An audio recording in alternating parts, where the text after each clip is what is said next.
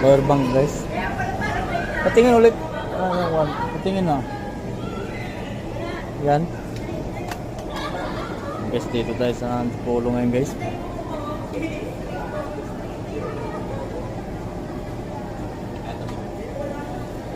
Mas kinaganda dito sir, meron na siyang mga built-in na cable. So meron tayo dito Type-C, then pang iPhone, tapos micro USB cable. Kompleto no? So, Ano ba ngayon? magsaksak dito. I-charge ko ngayon pag bilhin ko yan. Pwede mo nang gamitin to sir kasi may laman pa naman to. Ayan. Full no? Ano pa yun sir, mga 75% pa yan. Hmm. Magkana naman yan. Lakas. Meron tayo mas mura dito sir, 799. Ganito.